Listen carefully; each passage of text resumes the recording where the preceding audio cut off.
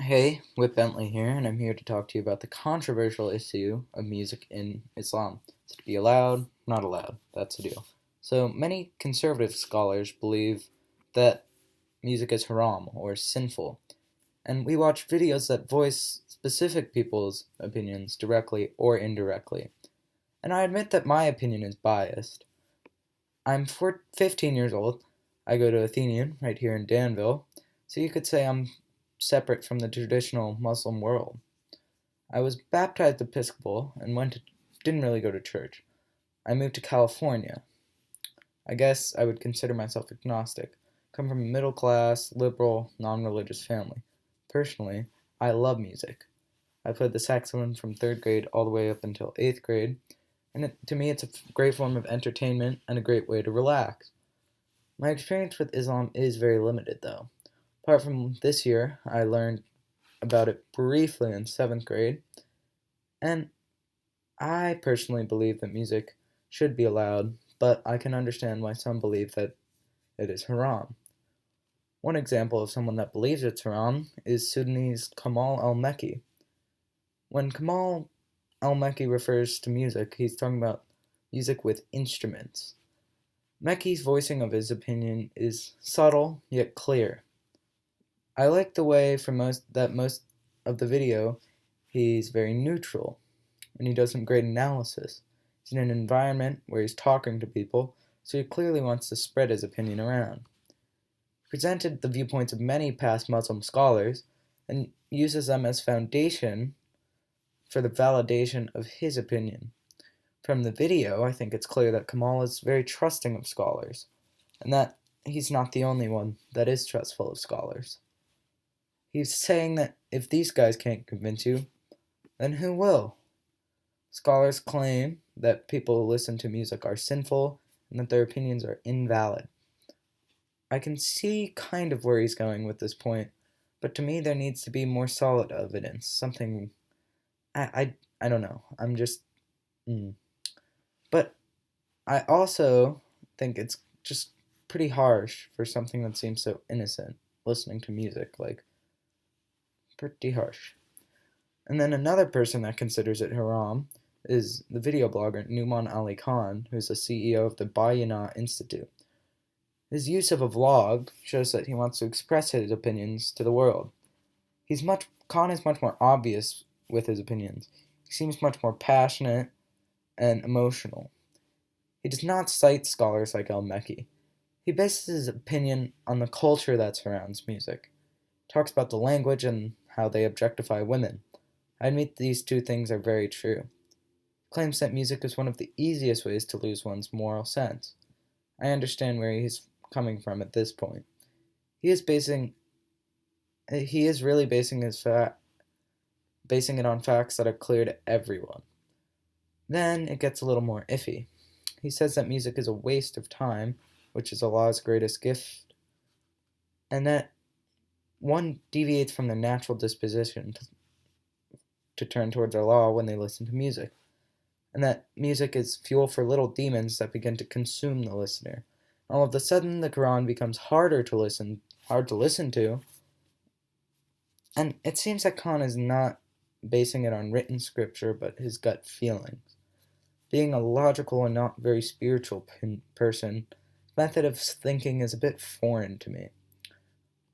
I find it interesting that we also watched La Rage C'est Chic by Sheb Mami, because Sheb Mami seems to do things that are exactly what Khan hates about music. He objectifies women and shows a very decadent culture with nice cars and dancing and whatnot. And Mommy's body language seems to say that he really doesn't care that you think it's haram or not. He clearly believes music is halal, which is permissible, and everything that goes along with it is too. If you listen closely, there's a line that says, "Music is the world to me." So he seems to put music above all else. And I appreciate his attitude, and I think that what he does is relatable, because if you made millions off an industry, you'd be pretty happy with it too. Musical performer that infers his opinion as a different than Shabami's is Daoud Warnsby. Ali. He's a Canadian convert who embraced the Quran when he was 21, performing at a peace conference in London. His video is less about the music but more about the words, but his performance definitely makes an obvious statement. He sings without any instrumentation. It's clear that he's going out of his way to respect any that can believe music is haram. He's singing a hadith about a man that despises Islam but learns to embrace it. And I think that might be similar to Warnsby's story, being a convert. I think anyone can relate to this position. I remember a day when I didn't like soda, but now I do.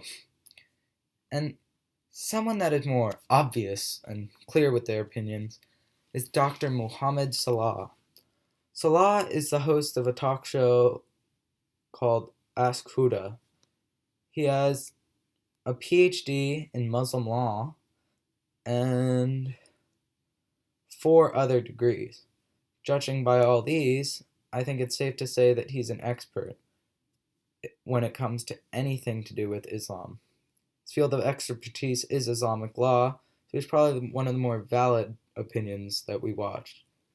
When asked if music was okay, Salah responds by citing a hadith in which Muhammad predicts that one day there would come a day when people would participate in the illegal activities of drinking, adultery, wearing silk as a man, and listening to music.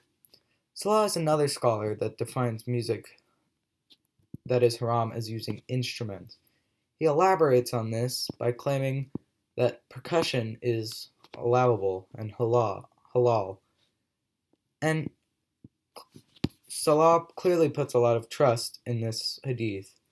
And I noticed that both Khan and Salah say that music is a tool of demonic creatures, or Satan, as a whole, and both say that the Quran becomes difficult to read or listen to once you listen to music. You must pick one or the other to listen to. I can relate because I find it hard, for example, to do English homework while listening to music with a lot of words. Salah talks about how if you behave in this life and don't listen to music, then once you get to heaven, you can do whatever you want, listen to as much music as you want. And then the most prominent speaker or opinion we watched was Maher Zain. He was born in Lebanon in 1981 and moved to Sweden at the age of 8. I'll get to his life story in a little bit. He seems to be a mixture of cultures that are normally clashing. He sings in English about Islam, and I think that some of the beliefs he sings of are universal. The first video we watched was a video for his song Insha'Allah with over 33 million views, and it features Serena Williams, so it's pretty mainstream. And the song shows people in dire situations, for example, heroin addiction, but it shows that no matter how down you are, Allah will guide you. And this really relates, and it's such a positive message, I don't see how anyone could claim that it was a tool of Satan. But it does technically use musical instruments. And I think this song relates to Maher Zain's story because he came across a big decision in his life on whether to continue partaking in music or getting out of the business. And after praying to Allah, he decided that it was best that he spread Islam through music and the word of Muhammad through music. So he went back to the business. And I think that Zayn shows us that one can be faithful yet not completely live their lives in the strictest way. I think we can expand this concept beyond religion because it doesn't matter what you believe or don't believe because it's your opinion. You don't need to seek validation from anyone but yourself. Just be confident with your own decision and be whoever you want to be. Don't let other people influence you. Just be you.